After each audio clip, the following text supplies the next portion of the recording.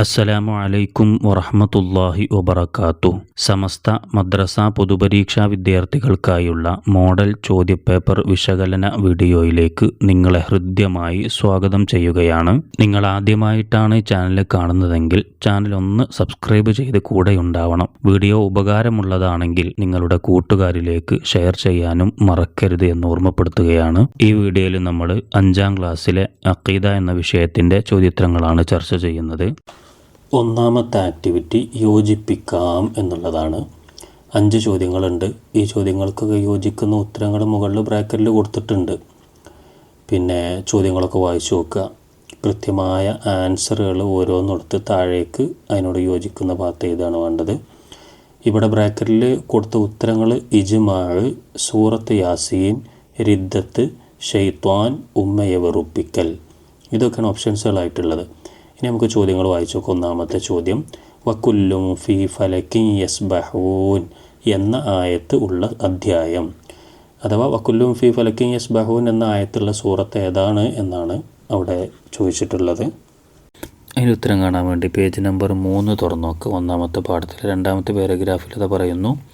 2ാമത്തെ വരിയിൽ വക്കുല്ലും ഫി ഫലക്കിൻ യസ്ബഹൂൻ, അതിൻ്റെ അർത്ഥം കൂടെ പറയേണ്ടതൊക്കെ പഠിച്ചു വെക്കുക. എല്ലാ ഗോളങ്ങളും അതിൻ്റെ ഭ്രമണപഥത്തിൽ നീന്തിക്കൊണ്ടിരിക്കുന്നു. ഇത് യാസീൻ സൂറത്തിലെ 40ാമത്തെ ആയത്താണ്. നമ്മുടെ ചോദ്യം വക്കുല്ലും ഫി ഫലക്കിൻ യസ്ബഹൂൻ എന്ന ആയത്ത് ഉൾക്കൊള്ളുന്ന അല്ലെങ്കിൽ ഉള്ള അധ്യായം യാസീൻ, സൂറത്തു യാസീൻ നമ്മൾ ഓപ്ഷൻസിലുണ്ട്. അതാണ് അതിൻ്റെ ഉത്തരം. 2ാമത്തെ ചോദ്യം എന്താ? ജിന്നുകളിൽ നിന്ന് വേർതിരിഞ്ഞ വിഭാഗം. ജിന്നുകളിൽ നിന്ന് വേർതിരിഞ്ഞ വിഭാഗം ഏതാണ്? അതിൻ്റെ ഉത്തരം കിട്ടാൻ വേണ്ടി പേജ് നമ്പർ 30, 10ാമത്തെ പാഠമാണ്. പേജ് നമ്പർ 30 ആദ്യ ഭാഗത്ത് തന്നെ പറയുന്നു, ജിന്നുകളിൽ നിന്ന് വേർതിരിഞ്ഞ ഒരു വിഭാഗമാണ് ഷെയ്ത്വാൻമാർ അഥവാ പിശാചുക്കൾ. നമ്മുടെ ഓപ്ഷൻസിൽ ഷെയ്ത്വാൻ എന്നുണ്ട്. അപ്പോൾ അതാണ് അവിടെ ആൻസറായിട്ട് വരിക. ഇനി 3ാമത്തെ ചോദ്യം എന്താ? അവസാന നാളിൻ്റെ അടയാളം. അവസാന നാളിൻ്റെ ഒരടയാളം ബ്രാക്കറ്റിലുണ്ട്. അതിൻ്റെ ഉത്തരം കിട്ടാൻ വേണ്ടി പേജ് നമ്പർ 35, പാഠം 12. ആ പാഠത്തിൽ ആ പേജിലെ അവസാനത്തെ പാരഗ്രാഫിൽ ഖിയാമത്ത് നാളിൻ്റെ അടയാളങ്ങൾ പറയുന്നുണ്ട്. അതിൽ അവസാനത്തെ തൊട്ട് മുമ്പ് ഉള്ള വരിയിൽ ഉണ്ട്, പിൻഗാമികൾ ശപിക്കുക, ഉമ്മയെ വെറുപ്പിക്കുക, പിതാവിനകറ്റി ചങ്ങാതിമാരെ അടുപ്പിക്കുക. അപ്പോൾ നമ്മുടെ ഓപ്ഷൻസുകളിൽ ഉമ്മയെ വെറുപ്പിക്കുക എന്നുള്ളതുണ്ട്. അപ്പോൾ അതാണ് ഇവിടെ ആൻസറായിട്ട് വരിക. ഖിയാമത്ത് നാളിൻ്റെ അടയാളങ്ങളൊക്കെ മുഴുവനായിട്ട് പഠിച്ചു വെക്കുക. ഏത് രൂപത്തിലും പരീക്ഷയ്ക്ക് വരാൻ ചാൻസ് ഉണ്ട്. 4ാമത്തെ ചോദ്യം എന്താ? ഇസ്ലാമിൻ്റെ പ്രമാണങ്ങളിൽ പെട്ടതാണ്. ഇസ്ലാമിൻ്റെ 3-4 പ്രമാണങ്ങൾ നമ്മൾ പഠിച്ചിട്ടുണ്ട്. അതിൽപ്പെട്ട ഒന്ന് ബ്രാക്കറ്റിലുണ്ട്. ഏതാണത്? അതിൻ്റെ ഉത്തരം കിട്ടാൻ വേണ്ടി പേജ് നമ്പർ 17 തുറക്കുക. 6ാമത്തെ പാഠത്തിലെ 2ാമത്തെ പാരഗ്രാഫിലെ 2ാമത്തെ വരിയിലത്തെ പറയുന്നു, ഖുർആന്, സുന്നത്ത്, ഇജ്മാഅ്, ഖിയാസ് എന്നിവയാണല്ലോ ഇസ്ലാമിൻ്റെ പ്രമാണങ്ങൾ. അപ്പോൾ നമ്മൾ ചോദ്യത്തിൽ ഇസ്ലാമിൻ്റെ പ്രമാണങ്ങളിൽ പെട്ടതാണ്. ഓപ്ഷൻസുകളിൽ ഇജ്മാഅ് ഉണ്ട്. അപ്പോൾ അതാണ് ഇവിടെ ആൻസറായിട്ട് വരുന്നത്. 5ാമത്തേത് ഇസ്ലാമിക ശരീഅത്തിനെ എതിർക്കൽ. ഇസ്ലാമിക ശരീഅത്തിനെ എതിർക്കുന്നതിനൊരു പേരുണ്ടല്ലോ, എന്താണത്? അതിൻ്റെ ഉത്തരം കിട്ടാൻ വേണ്ടി പേജ് നമ്പർ 39 തുറക്കുക. അഥവാ 13ാമത്തെ പാഠത്തിൻ്റെ അവസാന ഭാഗത്താണ്. ആ പേജിൽ 39ാമത്തെ പേജിൽ 3ാമത്തെ പാരഗ്രാഫ് നോക്കൂ. സൃഷ്ടികൾക്ക് സുജൂദ് ചെയ്യുക, അമുസ്ലിങ്ങളുടെ ആരാധനാലയങ്ങളിലേക്ക് അവരുടെ വേഷമണിഞ്ഞു പോവുക, ഇസ്ലാം ശരീഅത്തിനെ എതിർക്കുക, അതിൽ ഭേദഗതി ആവശ്യപ്പെടുക തുടങ്ങിയവയും റിദ്ദത്തിൽപ്പെട്ടത് തന്നെ. അപ്പോൾ ഇസ്ലാം ശരീഅത്തിനെ എതിർക്കുക എന്നുള്ളത് എന്താണ്? റിദ്ദത്തിൽപ്പെട്ട കാര്യമാണ്. നമ്മുടെ ചോദ്യം ഇസ്ലാമിക ശരീഅത്തിനെ എതിർക്കൽ എന്നാണ്. ഇവിടെ ഓപ്ഷൻസുകളിൽ റിദ്ദത്ത് എന്നുണ്ട്. അതാണ് അവിടെ ഉത്തരമായിട്ട് വരിക. ഉത്തരങ്ങളൊന്നുകൂടി പറയുന്നു. 1, വക്കുല്ലും ഫി ഫലക്കിൻ യസ്ബഹൂൻ എന്ന ആയത്ത് ഉള്ള അധ്യായം സൂറത്ത് യാസീൻ. 2, ജിന്നുകളിൽ നിന്ന് വേർതിരിഞ്ഞ വിഭാഗം ഷെയ്ത്വാൻ. 3, അവസാന നാളിൻ്റെ അടയാളം ഉമ്മയെ വെറുപ്പിക്കൽ. 4, ഇസ്ലാമിൻ്റെ പ്രമാണങ്ങളിൽ പെട്ടതാണ് ഇജ്മാഅ്. 5, ഇസ്ലാമിക ശരീഅത്തിനെ എതിർക്കൽ, റിദ്ദത്ത്. 2ാമത്തെ ആക്ടിവിറ്റി ശരി അടയാളപ്പെടുത്താം. ഇവിടെ 5 ചോദ്യങ്ങളുണ്ട്. ഓരോ ചോദ്യങ്ങൾക്കൊരു 3 ഓപ്ഷൻസുകൾ അവിടെ കൊടുത്തിട്ടുണ്ട്. ഉത്തരങ്ങൾ ഏതാണെന്ന് വെച്ചാൽ കൃത്യമായത് ശരിയിട്ട് കൊടുക്കുകയാണ് വേണ്ടത്. അവിടെ ശ്രദ്ധിക്കേണ്ടത്, ശരിയിടുമ്പോൾ തൊട്ടടുത്ത കള്ളിയിലേക്ക് ശരി നീണ്ടു പോകരുത്. പിന്നെ കള്ളിയുടെ പുറത്തോ മുകളിലൊന്നും ഇടരുത്. ആ കള്ളിൻ്റെ ഉള്ളിൽ മാത്രം ഉൾക്കൊള്ളുന്ന രീതിയിലാണ് ശരിയിടേണ്ടത്. ഇവിടെ 1ാമത്തെ ചോദ്യം, പഠിച്ചവർക്കെല്ലാം അവതരിപ്പിക്കാൻ കഴിയും. പഠിച്ച ആളുകൾക്കൊക്കെ അത് അവതരിപ്പിക്കാൻ കഴിയും. അതേതാ, മൊയ്ജിസത്താണോ, കറാമത്താണോ, മാജിക്കാണോ? അതിലേതാണ് ശരിയുള്ളതെങ്കിൽ ശരിയിടാനാണ്. അതിൻ്റെ ഉത്തരം കാണാൻ വേണ്ടി പേജ് നമ്പർ 9 തുറക്കുക. 3-ാമത്തെ പാഠത്തിലെ 2-ാമത്തെ പാരഗ്രാഫ് അത് പറയുന്നു, മാജിക്ക് അസാധാരണ സംഭവമാണെങ്കിലും അത് പഠിച്ചവർക്കെല്ലാം അത് അവതരിപ്പിക്കാൻ കഴിയും. നമ്മൾ ചോദ്യം എന്താ? പഠിച്ചവർക്കെല്ലാം അവതരിപ്പിക്കാൻ കഴിയും. അപ്പോൾ അതിൻ്റെ ആൻസർ മാജിക്ക് എന്നാണ്. 2-ാമത്തത് മരണപ്പെട്ടവർക്ക് ജീവൻ തിരിച്ചു നൽകി. മരിച്ചുപോയ ആളുകൾക്ക് ജീവൻ തിരിച്ചു നൽകിയത് ആരവിടെ? മൂസ അലൈഹിസ്സലാം, മുഹമ്മദ് സല്ലല്ലാഹു അലൈഹി വസല്ലം, ഈസ അലൈഹിസ്സലാം. ഏതാണ് ശരി ഉത്തരം? അതിൻ്റെ ഉത്തരം കിട്ടാൻ വേണ്ടി പേജ് നമ്പർ 10 തുറക്കുക. അതിലെ 2-ാമത്തെ പാരഗ്രാഫിൽ അത് പറയുന്നു, ഈസാ നബി അലൈഹിസ്സലാം മരണപ്പെട്ടവർക്ക് ജീവൻ തിരിച്ചു നൽകിയിരുന്നു. അപ്പോൾ ഇവിടെ നമ്മളെ ചോദ്യം മരണപ്പെട്ടവർക്ക് ജീവൻ തിരിച്ചു നൽകി. അതിൻ്റെ ആൻസർ ഈസ അലൈഹിസ്സലാം എന്നുള്ളതാണ്. 3-ാമത്തത് നൈൽ നദിക്ക് കത്തെഴുതിയ ഖലീഫ. നൈൽ നദിക്ക് കത്തെഴുതിയ ഒരു ഖലീഫ, ഒരു കഥ നമ്മൾ പഠിച്ചിട്ടുണ്ടല്ലോ. ആരാണ്? ഉമർ റളിയല്ലാഹു അൻഹു, ഉസ്മാൻ റളിയല്ലാഹു അൻഹു, അലി റളിയല്ലാഹു അൻഹു. ഇതിലേതാണ് അതിൻ്റെ ഉത്തരം? അതിൻ്റെ ഉത്തരം കിട്ടാൻ വേണ്ടി പേജ് നമ്പർ 13 തുറക്കുക. 4-ാമത്തെ പാഠത്തിലെ 2-ാമത്തെ പേജാണ്. അതിൽ 2-ാമത്തെ പാരഗ്രാഫിൽ അത് പറയുന്നു, പതിവ് പോലെ അത് ലഭിക്കാത്തതിനാൽ നൈൽ നദിയുടെ ഒഴുക്ക് നിന്നു. ജനങ്ങൾ ഭയപ്പെട്ടു. ഗവർണർ ഖലീഫ ഉമർ റളിയല്ലാഹു അൻഹുവിന് കത്തെഴുതി. ഉടനെ ഉമർ റളിയല്ലാഹു അൻഹു ഒരു കത്ത് കൊടുത്തയക്കുകയും അത് നൈൽ നദിയിൽ ഇടാൻ നിർദ്ദേശിക്കുകയും ചെയ്തു. അപ്പോൾ ആരാണ് നൈൽ നദിക്ക് കത്തെഴുതിയ ഖലീഫ? ഉമർ റളിയല്ലാഹു അൻഹു. അതാണ് ഉത്തരം. 4-ാമത്തത് വ്യഭിചാരം ഹലാലെന്ന് പറയൽ. വ്യഭിചാരം അനുവദനീയാണ്, ഹലാലെന്ന് പറയൽ അതെന്താണ്? ബിദ്അത്ത്, റിദ്ദത്ത്, ഷിർക്ക്. ഏതാണിതിൽ ശരി ഉത്തരം? അതിൻ്റെ ഉത്തരം കിട്ടാൻ വേണ്ടി പേജ് നമ്പർ 39 പിന്നെ 2-ാമത്തെ പാരഗ്രാഫിൻ്റെ 3-ാമത്തെ വരിയിൽ പറയുന്നു, അതിലൊക്കെ യുദ്ധത്തിൽപ്പെട്ട കാര്യങ്ങളാണ് പറയുന്നത്. അതിൽ ആ 3-ാമത്തെ വരിയിൽ പറയുന്നുണ്ട്, മദ്യപാനം, വ്യഭിചാരം, പലിശ മുതലായ ഇസ്ലാം വിലക്കിയ കാര്യങ്ങൾ അനുവദനീയമാണെന്ന് പറയുക. അങ്ങനെ അതിൻ്റെ അവസാനം പറയുന്നുണ്ട്, ഇതൊക്കെ എന്താണ് തുടങ്ങിയവ യുദ്ധത്തിൽപ്പെട്ടതാണ്. നമ്മുടെ ചോദ്യം വ്യഭിചാരം ഹലാലെന്ന് പറയൽ. ഇവിടെ റിദ്ദത്ത് ആണ് അതിൻ്റെ ശരിയായ ആൻസർ. 5-ാമത്തെ ചോദ്യം, അംർ ഇബ്നുൽ ആസ് റളിയല്ലാഹു അൻഹു ഗവർണറായത്. അംർ ഇബ്നുൽ ആസ് റളിയല്ലാഹു അൻഹു ഗവർണറായത് എവിടെയാണ്? സിറിയ, ഫലസ്തീൻ, ഈജിപ്ത്. സിറിയ, ഫലസ്തീൻ, ഈജിപ്ത്. ഇതിലെവിടെയാണ് ഗവർണറായത്? അതിൻ്റെ ഉത്തരം കിട്ടാൻ വേണ്ടി പേജ് നമ്പർ 12 4-ാമത്തെ പാഠത്തിലെ ലാസ്റ്റ് വരിയിൽ അത് പറയുന്നു, ലാസ്റ്റ് പാരഗ്രാഫിൽ ഉമർ റളിയല്ലാഹു അൻഹു ഈജിപ്ത് കീഴടക്കി അംർ ഇബ്നുൽ ആസ് റളിയല്ലാഹു അൻഹുവിനെ അവിടെ ഗവർണറായി നിയമിച്ചു. അപ്പോൾ എവിടെയാണ്? ഈജിപ്തിലാണ്. നമ്മുടെ ഓപ്ഷൻസുകളിൽ ഈജിപ്ത് ഉണ്ട്, അതാണ് അവിടെ ടിക്ക് ചെയ്യേണ്ടത്. ഉത്തരങ്ങളൊന്നും കൂടി പറയാം. പഠിച്ചവർക്കെല്ലാം അവതരിപ്പിക്കാൻ കഴിയും, മാജിക്ക്. 2 മരണപ്പെട്ടവർക്ക് ജീവൻ തിരിച്ചു നൽകി, ഈസ അലൈഹിസ്സലാം. 3 നൈൽ നദിക്ക് കത്തെഴുതിയ ഖലീഫ ഉമർ റളിയല്ലാഹു അൻഹു. 4 വ്യഭിചാരം ഹലാലെന്ന് പറയൽ, റിദ്ദത്ത്. 5 അംർ ഇബ്നുൽ ആസ് റളിയല്ലാഹു അൻഹു ഗവർണറായത്. ഉത്തരം ഈജിപ്ത്. 3-ാമത്തെ ആക്ടിവിറ്റി എന്താ? വ്യക്തമാക്കാം. 4 ചോദ്യങ്ങളുണ്ട്. അതിൻ്റെ ഉത്തരങ്ങൾ ഏതാണെന്ന് വെച്ചാൽ അത് എഴുതി കൊടുക്കുകയാണ് വേണ്ടത്. വ്യക്തമായി എഴുതി കൊടുക്കുക. 1-ാമത്തത് നബി സല്ലല്ലാഹു അലൈഹി വസല്ലം തങ്ങളുടെ ഏറ്റവും വലിയ മുഅ്ജിസത്ത് ഏതാണ്? നബി തങ്ങളുടെ കുറേ മുഅ്ജിസത്തുകൾ നമ്മൾ പഠിച്ചിട്ടുണ്ട്. അതിൽ ഏറ്റവും വലിയ മുഅ്ജിസത്ത് ഏതാണ്?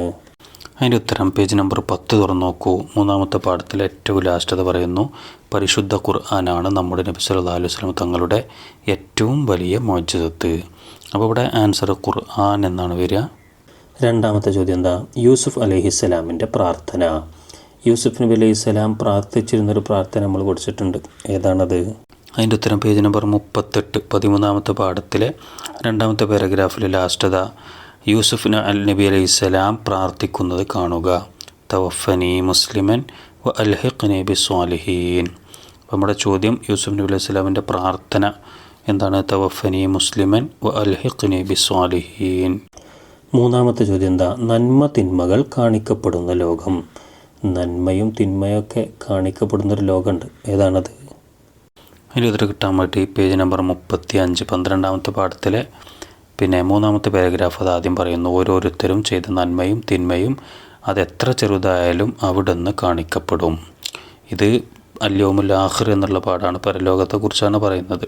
അപ്പോൾ ഇവിടെ നന്മ തിന്മകൾ കാണിക്കപ്പെടുന്ന ലോകം, അതിൻ്റെ ആൻസർ പരലോകം. 4-ാമത്തെ ചോദ്യം, നബിമാരല്ലാത്ത മനുഷ്യരിൽ ഏറ്റവും ശ്രേഷ്ഠർ. നബിമാരല്ലാത്ത മനുഷ്യന്മാരിൽ ഏറ്റവും ശ്രേഷ്ഠരാരാണ് എന്നാണ് ചോദ്യം. അതിൻ്റെ ഉത്തരം കിട്ടാൻ വേണ്ടി പേജ് നമ്പർ 15 തുറന്നു നോക്കുക. 5-ാമത്തെ പാഠത്തിലെ 3-ാമത്തെ വരിയിൽ പറയുന്നു, അമ്പിയാക്കൾ അല്ലാത്ത മനുഷ്യരിൽ ഏറ്റവും ശ്രേഷ്ഠരുമാകുന്നു. അപ്പോൾ ഇത് ആരെ പറ്റിയിട്ടാണ് പറയുന്നത്? അസ്ഹാബുൻ നബി സല്ലല്ലാഹു അലൈഹി വസല്ലം. നബിയുടെ സ്വഹാബികളെ കുറിച്ചാണ് പറയുന്നത്.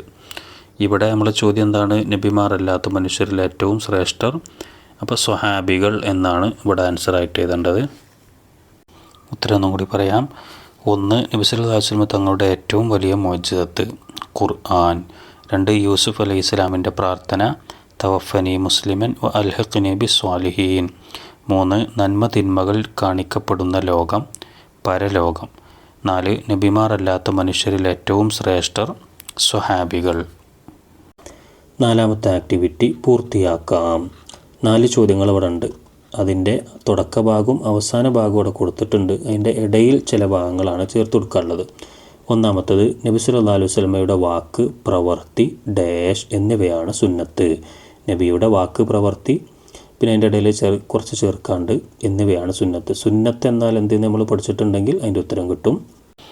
അതിൻ്റെ ഉത്തരം കിട്ടാൻ വേണ്ടി പേജ് നമ്പർ 17 തുറക്കുക. 6-ാമത്തെ പാഠത്തിലെ 3-ാമത്തെ പാരഗ്രാഫിൽ അത് പറയുന്നു, ഖുർആൻ അള്ളാഹുവിൻ്റെ വചനമാണ്. അടുത്തതാണ് ശ്രദ്ധിക്കേണ്ടത്. നബി സല്ലല്ലാഹു അലൈഹി വസല്ലം തങ്ങളുടെ വാക്ക് പ്രവൃത്തി ഉദ്ദേശം മൗനാനുവാദം എന്നിവയാണ് സുന്നത്ത്.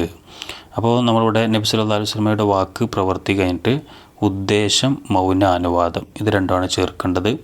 എന്നിവയാണ് സുന്നത്ത് എന്നവിടെ ഉണ്ട്.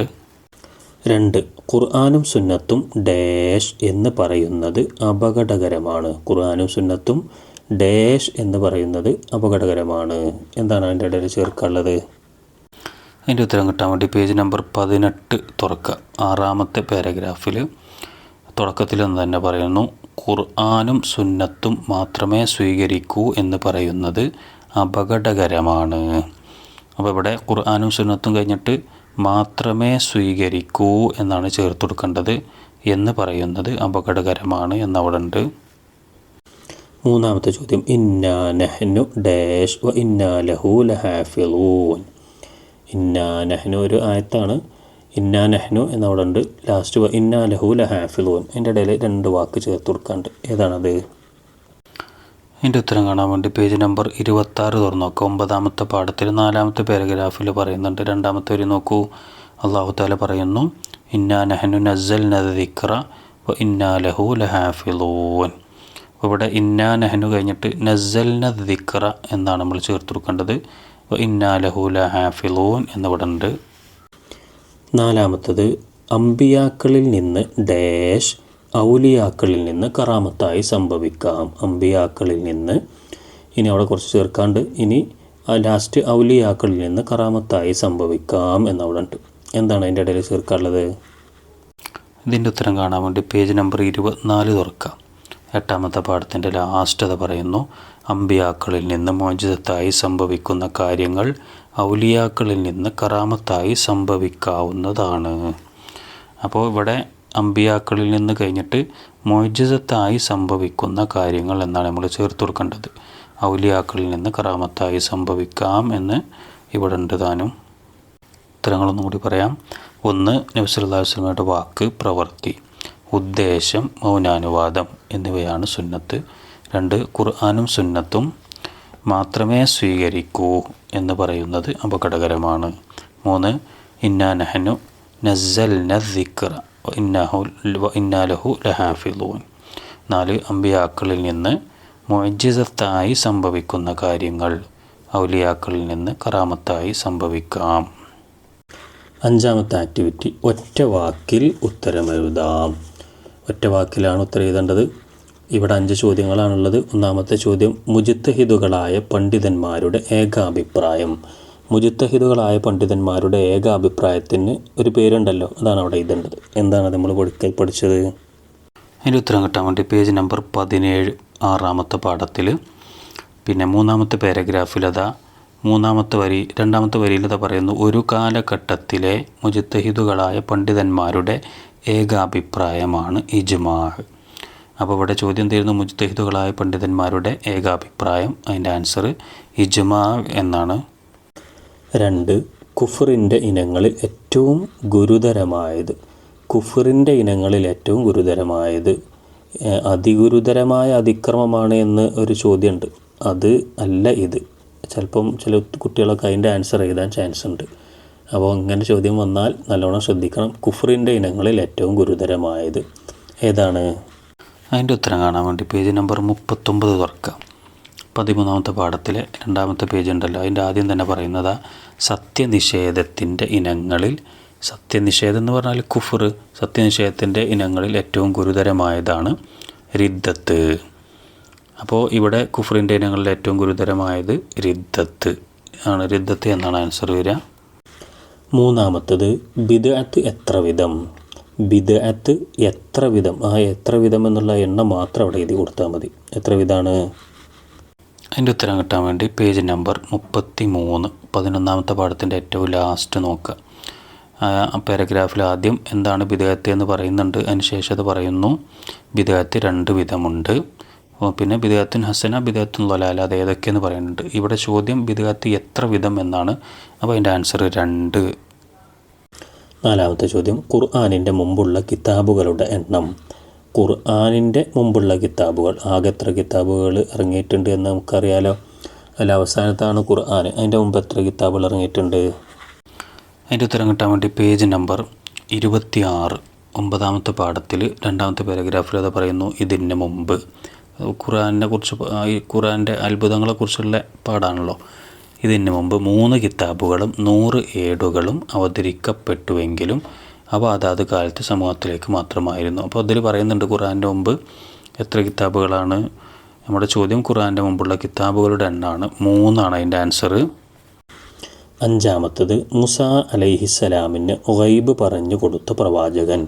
മൂസാ നബി അലൈഹി സ്വലാമിന് ഗൈബിയായ കാര്യങ്ങൾ പറഞ്ഞു കൊടുത്തൊരു പ്രവാചകനുണ്ടല്ലോ. എന്താണ് അദ്ദേഹത്തിൻ്റെ പേര്? അതിൻ്റെ ഉത്തരം കിട്ടാൻ വേണ്ടി പേജ് നമ്പർ 23 8ാമത്തെ പാഠം 3ാമത്തെ പാരഗ്രാഫ് നോക്കൂ. ഖദിർ അലൈഹിസ്സലാം ഗൈബിയായ പല കാര്യവും മൂസ അലൈഹിസ്സലാമിന് പറഞ്ഞു കൊടുത്തതായി ഖുർആനിൽ പറഞ്ഞിട്ടുണ്ട്. അപ്പോൾ നമ്മുടെ ചോദ്യം എന്താ? മൂസ അലൈഹിസ്സലാമിന് ഗൈബ് പറഞ്ഞു കൊടുത്ത പ്രവാചകൻ ആരാണ്? ഖദിർ അലൈഹിസ്സലാം. അതാണ് ആൻസർ. ഉത്തരങ്ങളൊന്നുകൂടി പറയുന്നു. 1 മുജ്തഹിദുകളായ പണ്ഡിതന്മാരുടെ ഏകാഭിപ്രായം ഇജ്മാഅ്. 2 കുഫറിൻ്റെ ഇനങ്ങളിൽ ഏറ്റവും ഗുരുതരമായത് റിദ്ദത്ത്. 3 ബിദ്അത്ത് എത്ര വിധം. 2. 4 ഖുർആനിൻ്റെ മുമ്പുള്ള കിതാബുകളുടെ എണ്ണം. 3. 5ാമത്തെ ചോദ്യം മൂസ അലൈഹിസ്സലാമിന് ഗൈബ് പറഞ്ഞു കൊടുത്ത പ്രവാചകൻ ഖദിർ അലൈഹിസ്സലാം. 6ാമത്തെ ആക്ടിവിറ്റി വേർതിരിക്കാം. വേർതിരിക്കാം. ഇവിടെ ബ്രാക്കറ്റിൽ കൊടുത്തിട്ടുണ്ട് എന്താണ് വേർതിരിക്കേണ്ടത്. റിദ്ദത്തിൻ്റെ കാരണങ്ങൾ. റിദ്ദത്തിൻ്റെ കാരണങ്ങളാണ്. നമ്മൾ കുറേ കാരണങ്ങൾ റിദ്ദത്തിൻ്റെ പാഠത്തിൽ പഠിച്ചിട്ടുണ്ട്. ഇവിടെ അതും അതല്ലാത്തതുമായ ചോദ്യങ്ങളാണുള്ളത്.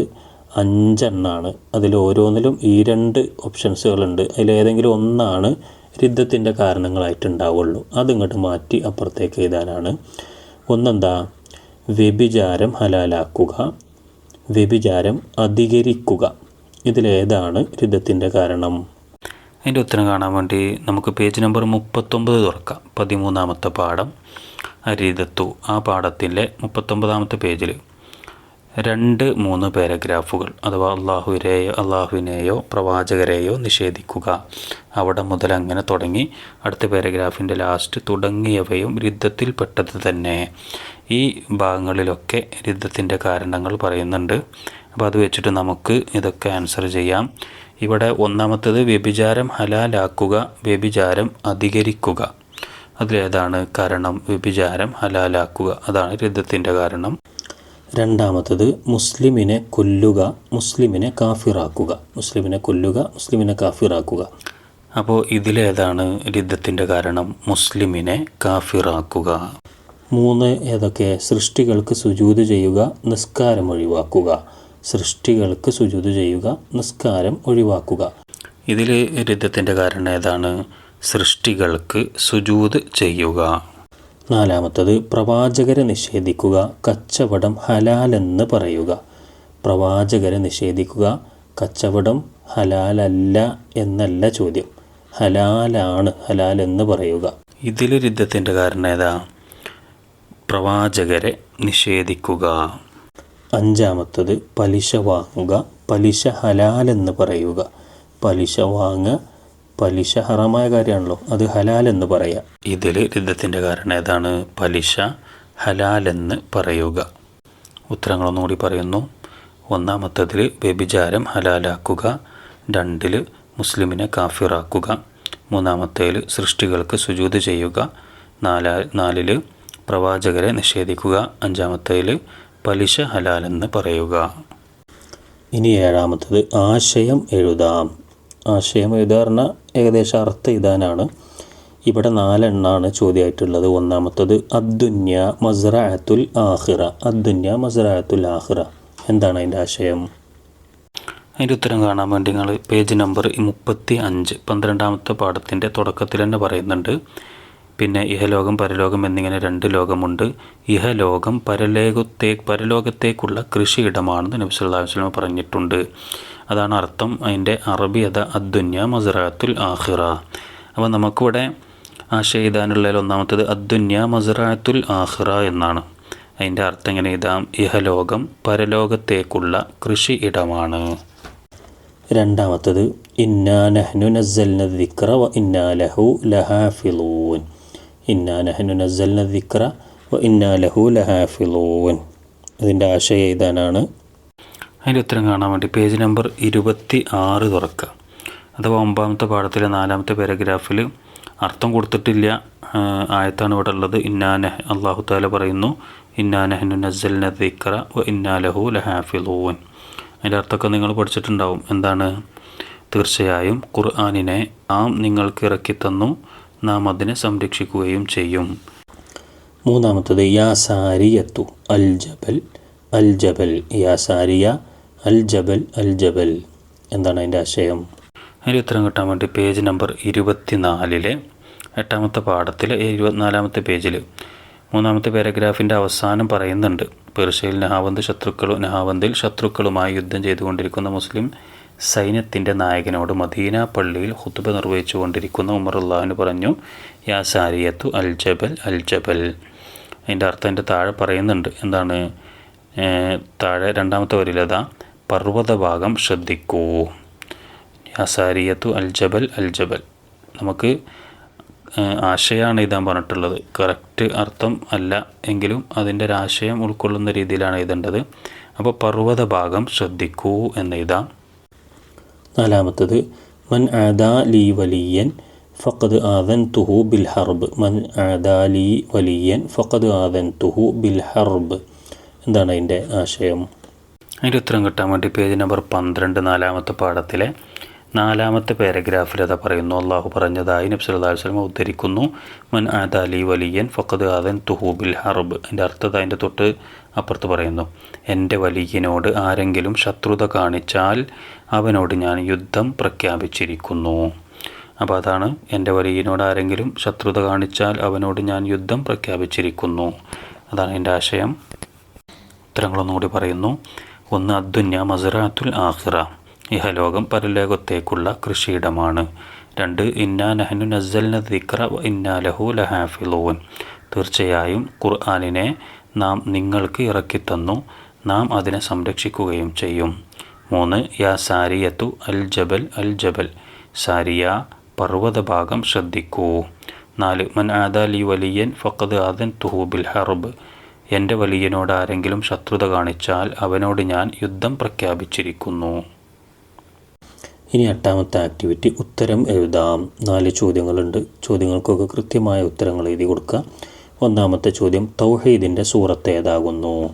തൗഹീദ് ഏകദൈവ വിശ്വാസം അല്ലേ, അതിൻ്റെ സൂറത്ത് ഏതാകുന്നു?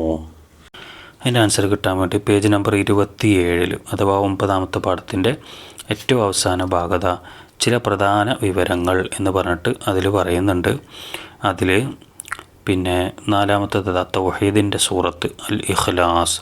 ഈ ഭാഗം പ്രധാനമാണ്. പരീക്ഷയ്ക്ക് ഏതെങ്കിലുമൊക്കെ ആയിട്ട് ചോദിക്കാൻ ചാൻസ് ഉണ്ട്.